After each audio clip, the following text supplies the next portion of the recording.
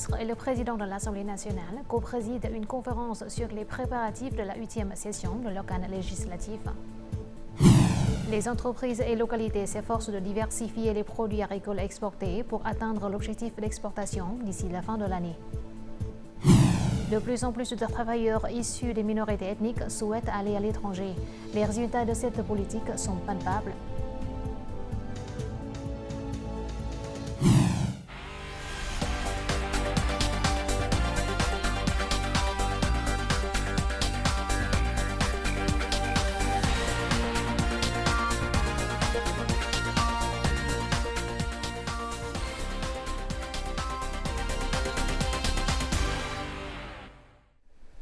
Bonjour à tous, bienvenue à cette nouvelle édition du journal francophone.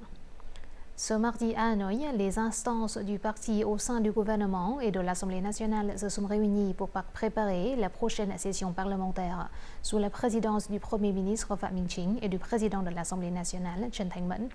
Dans son discours d'ouverture, Phạm Minh Chính a souligné que lors de la 8e session, qui débutera le 21 octobre, le gouvernement soumettra 81 documents à l'Assemblée nationale, dont 28 projets de loi pour commentaires et examen.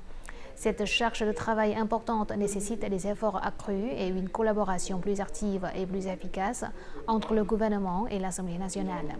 De son côté, le président de l'Assemblée nationale a souligné l'importance de la 8e session qui abordera les questions majeures pour éliminer rapidement les obstacles institutionnels et politiques, débloquer les ressources et surmonter les roulées d'étranglement.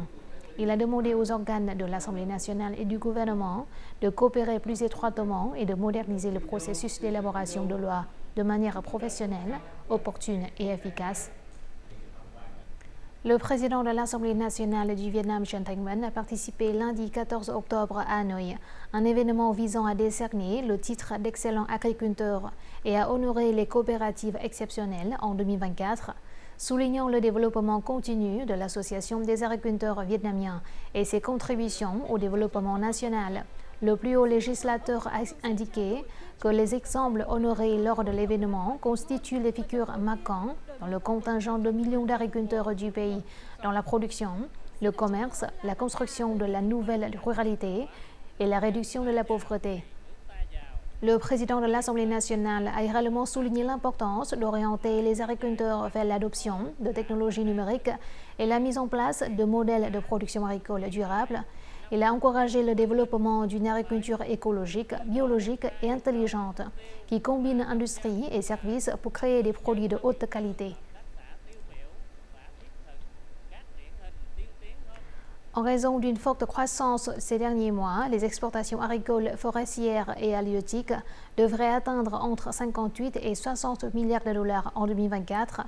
Cependant, la production et l'exportation de ces produits au cours du dernier trimestre seront confrontées à de nombreuses difficultés et défis. Par conséquent, de nombreuses localités se concentrent sur la diversification des produits agricoles exportés, notamment en exportant des produits agricoles transformés pour apporter une plus grande valeur.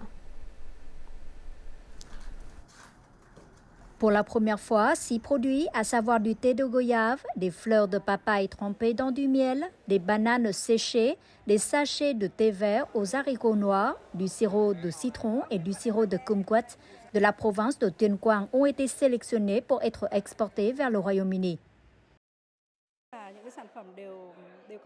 C'est une opportunité pour les spécialités d'une province montagneuse d'accéder au marché mondial. Nos produits ont confirmé leur qualité. Dans la province de Hòa Bình, de produits agricoles transformés, le miel sauvage de la coopérative Green Life et les oignons marinés de la coopérative agricole de Phú Lai ont été exportés vers le Royaume-Uni. Ces 2 produits ont été reconnus au COP de 3 à 4 étoiles de niveau provincial. Avant l'emballage et l'expédition, les échantillons analytiques des produits répondaient aux critères d'inspection de sécurité alimentaire selon les exigences de l'UE et du Royaume-Uni. Nous appliquons uniformément des normes techniques à la production, standardisons les zones de culture pour répondre aux normes internationales et diversifions les produits agricoles. Pour pouvoir pénétrer le marché britannique, un marché exigeant avec des réglementations strictes en matière de quarantaine et de traçabilité, les unités d'exportation doivent appliquer strictement les normes de sécurité alimentaire. Saisir les opportunités et garantir l'approvisionnement en produits de qualité aidera les entreprises à élargir bientôt leur marché d'exportation. Dans la province de Rhénhua, le système de traçabilité électronique des produits de la mer exploités, connu sous le nom de logiciel ECDT, a récemment donné des résultats positifs. Les amateurs et les entreprises d'achat, de transformation et d'exportation de produits de la mer sont désormais équipés d'appareils mobiles connectés à Internet et équipés du système ECDT. Cela leur permet de déclarer les mouvements des navires de pêche, d'enregistrer les journaux de pêche et de délivrer des certificats d'origine des produits de la mer. Rhénhua a également installé des tablettes en libre service dans les ports de pêche, permettant aux pêcheurs d'effectuer des opérations sur place. De plus, ce logiciel s'intègre au système VMS, fournissant des avertissements lorsque les navires de pêche dépassent les limites autorisées. Et dans la province de Bà Rịa Vũng Tàu, de grands efforts sont également déployés pour encadrer, guider et soutenir les pêcheurs dans l'adoption de pratiques de pêche durable, selon le plan de développement de la période 2021-2030, avec une vision à l'horizon 2050. Cette province vise à réduire progressivement sa flotte de pêche et à se concentrer sur la récolte sélective de ressources marines de grande valeur. Nguyễn Đình Ngọc, qui travaille dans le secteur depuis plus de 45 ans, connaît bien les hauts et les bas de l'industrie de la pêche. Il a vendu 2 de ses chalutiers et investi près de 7 milliards de dons dans la construction de 4 bateaux de pêche à filet maillant pour la pêche sélective. Bien que l'investissement initial ait été élevé, Ngọc est satisfait des résultats. Ses coûts d'exploitation ont été réduits de moitié, tandis que la valeur de ses prises a triplé ou quadruplé. Nous réfléchissons constamment à la manière de préserver les ressources marines à long terme. En tant que pêcheurs, nous devons assumer la responsabilité de la durabilité de notre travail et éviter d'épuiser les ressources. Depuis 2017, la province de Bà Rịa Vũng Tàu a connu une diminution significative de sa flotte de pêche. Le nombre total de navires a chuté de plus de 40%, passant de 6200 à 4450. Cela comprend une réduction de plus de 500 chalutiers et de près de 1300 bateaux de pêche côtière. Le plan de transition professionnelle de la province pour 2021-2025 vise à convertir 125 bateaux de pêche au filet maillant en pêche touristique récréative et au chalutage de fond. De plus, 558 chalutiers de plus de 15 mètres de longueur seront transformés pour la pêche au filet maillant, la pêche au casier et d'autres méthodes sélectives. La province restructure ses activités de pêche, réduisant le nombre de chalutiers qui épuisent les ressources marines. Une fois que le ministère de l'Agriculture aura publié des politiques spécifiques sur les transitions professionnelles, la province soumettra une proposition de politique au Conseil populaire provincial pour garantir que l'industrie de la pêche locale s'aligne sur la capacité de pêche de la province. En plus d'encourager les pêcheurs à se conformer aux réglementations sur les pratiques de pêche durable, la province offrira une aide financière pour leur transition vers une pêche et une aquaculture durable et de haute technologie. Elle se concentrera également sur l'amélioration de la transformation à valeur ajoutée pour créer de nouveaux emplois pour les pêcheurs dans leurs nouvelles fonctions. Faute d'avoir atteint la ligne d'arrivée à temps, à la fin de 2021, 85 projets d'énergie renouvelable, dont 77 projets éoliens et 8 projets solaires, d'une capacité totale de plus de 4700 MW, n'ont pas bénéficié du mécanisme de prix préférentiel. Même si de nombreux projets ont été achevés à temps et ont fonctionné commercialement, en raison de nombreux problèmes, ils se heurtent toujours à des difficultés financières, entraînant un énorme gaspillage de ressources sociales. Ce projet éolien à Baglio a une capacité totale de 80 MW. Il produit déjà de l'électricité et bénéficie de mécanismes de prix préférentiels. En raison des limites du transport, la mobilisation des capacités ne se déroule pas comme prévu. Le plus grand goulot d'étranglement est la priorité de la déflation de la capacité selon le plan de production d'électricité de l'AGC. La ligne 220 kV de Bac Liu à Soc Trang a été investie par le groupe d'électricité du Vietnam et la Société nationale de transport d'électricité. Quant à ce projet d'énergie solaire à Ninh Thuận, il a une capacité de 450 MW. Depuis 2020, il bénéficie d'un prix préférentiel de 62% de la capacité totale conçue. Après 3 ans de production d'électricité, le projet n'a reçu que 64% des revenus de production d'électricité de VN. Le reste n'a pas été payé et attend un ajustement du ministère de l'Industrie et du Commerce. Les 36% que VN conserve jusqu'à aujourd'hui représentent près de 700 milliards de dong.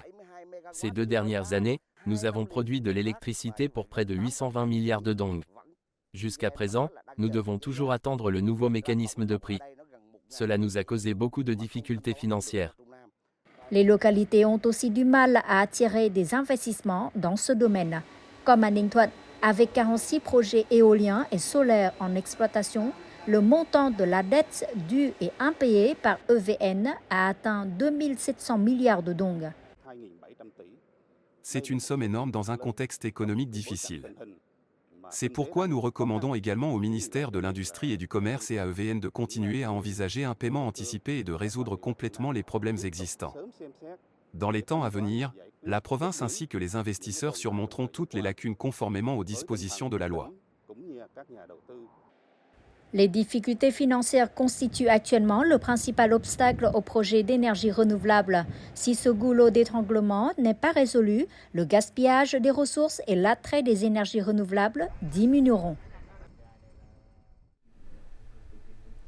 Notre journal continue avec les taux de change et l'indice de la bourse du Vietnam.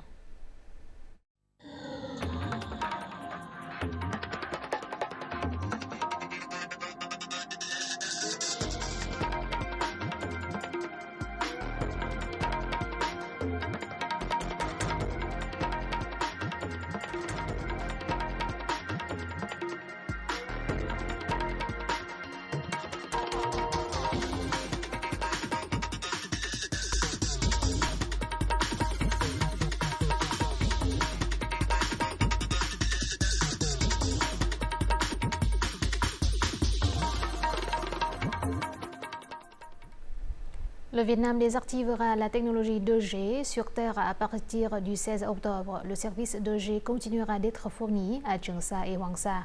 Selon le ministère de l'Information et des Communications, jusqu'à présent, l'ensemble du pays ne compte qu'environ 410 000 abonnés purs 2G qui ne se sont pas convertis, contre 18 millions en janvier 2024. Les fournisseurs de services de télécommunications continueront au cours des prochains jours à aider les abonnés 2G à effectuer la conversion. La désactivation de la 2G est une étape importante pour que le Vietnam atteigne l'objectif du programme national de transformation numérique d'ici 2025, avec vision pour 2030, visant à universaliser les réseaux mobiles et les smartphones 4G, 5G pour chaque citoyen. Selon les résultats publiés sur le portail national de la fonction publique, dans la section résultats de l'évaluation de l'ensemble des indicateurs au service des habitants et des entreprises, des ministères, branches et localités, le score total obtenu par Hanoï en septembre était de 55,99 sur 100 et elle se classait 60e sur 63 provinces et villes. Début octobre, le service de la justice de Hanoï et le district de Cầu Giấy étaient les deux unités ayant le plus grand nombre de dossiers en retard de la ville. Le comité populaire de Hanoï a donc demandé que les unités s'efforcent de surmonter et de prévenir les retards dans la publication et le traitement des procédures administratives, tout en examinant et en déterminant de toute urgence les causes afin de traiter immédiatement les documents en retard. Le développement des transports publics est toujours considéré comme une solution pour contribuer à limiter les embouteillages, notamment dans les grandes villes comme Hanoï. Cependant, pour inciter les passagers à utiliser les transports publics, il est nécessaire d'augmenter les commodités. Ces dernières années, Hanoï a encouragé les investissements visant à améliorer la qualité du service du système de transport public de la capitale. Tout de suite, les états de lieu. Voici la station de bus de la commune de Hương Sơn District de Mỹ Đức, à Hanoï. Ce n'est pas l'heure de pointe, mais le nombre de passagers reste important. Grâce à cette ligne de bus, les déplacements des personnes, notamment des personnes âgées, sont beaucoup plus pratiques qu'auparavant. Avant, si on voulait aller au centre-ville, il fallait prendre un autocar. Désormais, grâce à cette ligne de bus public, nous n'avons plus à attendre longtemps. Pour répondre aux besoins de déplacement des gens, l'expansion du réseau de bus vers les zones suburbaines est l'une des tâches importantes de la capitale. À ce jour, près de 90% des communes de Hanoï sont desservies par les bus. Le réseau de transport public de Hanoï compte désormais des types supplémentaires de transport collectif comme la ligne BRT et 2 lignes de métro. Pour garantir la commodité des transports en commun, le Centre de gestion du trafic de Hanoï a testé l'utilisation de billets électroniques sur 25 lignes de bus. Les gens peuvent utiliser leur smartphone pour acheter et payer des billets électroniques sans avoir à se rendre au point de vente. Les passagers bénéficient d'un soutien lors de l'utilisation des services de transport public. Dans le but d'améliorer la qualité du service pour attirer les passagers, Hanoï révise actuellement les arrêts de prise en charge et de dépose des bus, élaborant ainsi des plans de rénovation et de réparation. En outre, le ministère des Transports élabore également un plan visant à convertir tous les bus de la capitale à l'utilisation de carburant propre.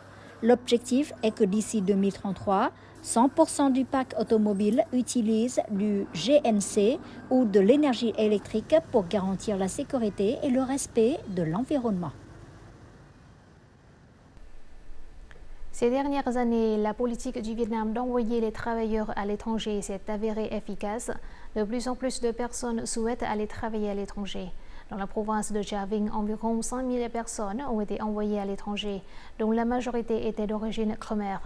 Bien que ce nombre soit modeste par rapport à d'autres régions, les résultats de cette politique sont palpables. Après 2 mois d'études du japonais, Lud a acquis des compétences de base en communication et les connaissances nécessaires sur son futur lieu de travail. Cette préparation lui a donné confiance et l'a aidé à se sentir prêt à réussir dans son nouvel environnement de travail. J'en apprends davantage sur la culture, les lois et le mode de vie japonais afin de mieux me préparer à travailler au Japon.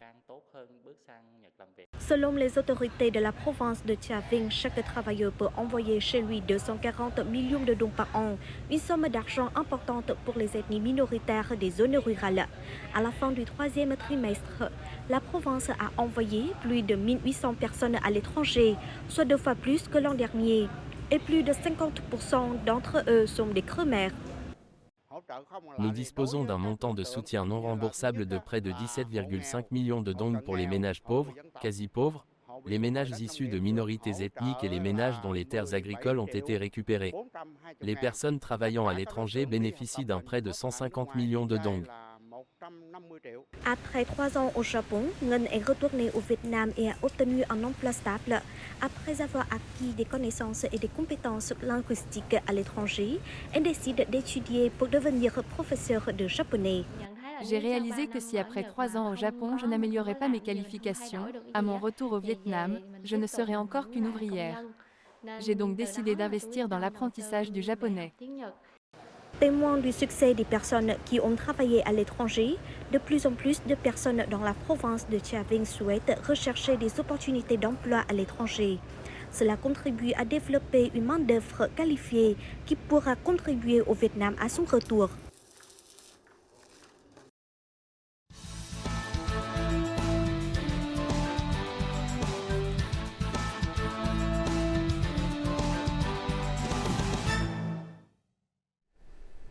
La peinture à l'encre est originaire de Chine. Au Vietnam, Ta Duy est l'un des rares jeunes artistes à avoir connu des succès avec ce genre de peinture.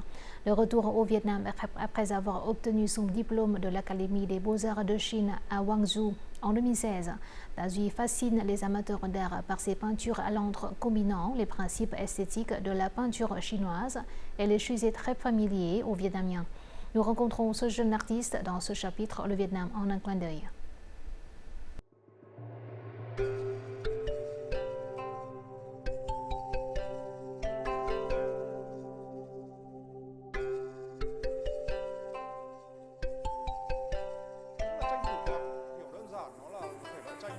La peinture à l'encre est un genre de peinture avec deux matériaux, de l'encre et de l'eau. Pour la plupart des peintures à l'encre, l'artiste ne prépare pas de croquis à l'avance. C'est ce qui est différent des autres types de tableaux. Lorsque l'on met la plume sur la toile, l'idée apparaît et se développe immédiatement. Lorsque j'étais enfant, ma maison était remplie de livres liés à la peinture traditionnelle orientale. Ma passion pour les arts orientaux, surtout pour la peinture à l'encre, a été cultivée dès mon plus jeune âge et s'est développée naturellement. En 2012, Ta Duy a reçu une bourse complète à l'Académie chinoise des Beaux-Arts de Hangzhou, l'une des principales académies des Beaux-Arts de Chine. Cet événement a marqué un jalon important dans la carrière de Ta Duy en tant que peintre à l'encre. J'ai dessiné ce tableau lors de ma première année à l'Académie chinoise des Beaux-Arts. Le paysage marin apparaît rarement dans la peinture chinoise. Mais ce sujet semble très lié au paysage du Vietnam. Parce que le Vietnam possède une très longue côte et que l'image des vagues s'écrasant contre les rochers est un spectacle très courant dans les zones côtières du Vietnam. Donc pour moi, cette scène est très familière et très inspirante. En 2018, Ta Duy a eu l'occasion de présenter pour la première fois ses œuvres au public vietnamien à travers l'exposition Le Commencement organisée au Musée des Beaux-Arts du Vietnam. De nombreuses œuvres avaient été présentées lors d'expositions prestigieuses en Chine. Parmi les œuvres que j'ai sélectionnées pour cette exposition, vous pouvez trouver une grande peinture de vagues océaniques. Je l'avais présentée lors d'une exposition par les étudiants internationaux de Hangzhou. La seconde est une œuvre reflétant les portraits de six mineurs. Ces deux œuvres ont été très appréciées par les étrangers et les Chinois.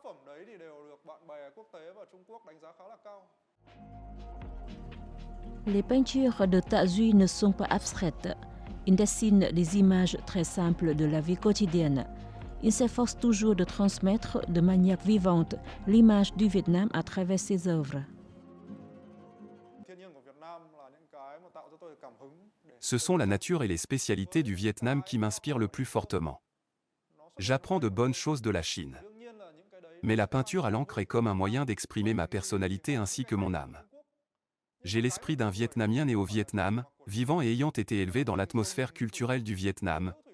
Donc, mes œuvres à l'encre portent l'âme vietnamienne, bien que cet art soit originaire de Chine. Dans ses œuvres, il a beaucoup décrit les fleurs, les montagnes et la mer. Je ressens une forte vitalité dans son style de peinture. Il a un caractère décisif dans ses œuvres. Avec le désir que l'art de la peinture à l'encre en particulier et la peinture chinoise en général touche davantage le jeune public vietnamien, Ta Duy a publié un livre de 580 pages intitulé « Une brève histoire de la Chine ». Le livre donne au lecteur une vision complète et concise de la peinture chinoise avec son histoire millénaire. Il y a beaucoup de documents et de livres chinois parlant de l'histoire de la peinture à l'encre. Bien sûr, j'ai dû lire beaucoup, faire des recherches et synthétiser les informations et connaissances à partir des sources différentes. Et j'ai dû passer près de 3 ans pour pouvoir réaliser un livre complet. J'espère pouvoir apporter certaines de mes connaissances liées à ce genre de peinture aux artistes ainsi qu'aux Vietnamiens amoureux de la peinture à l'encre, pour que ce type de peinture continue de se développer et qu'il soit aimé davantage au Vietnam.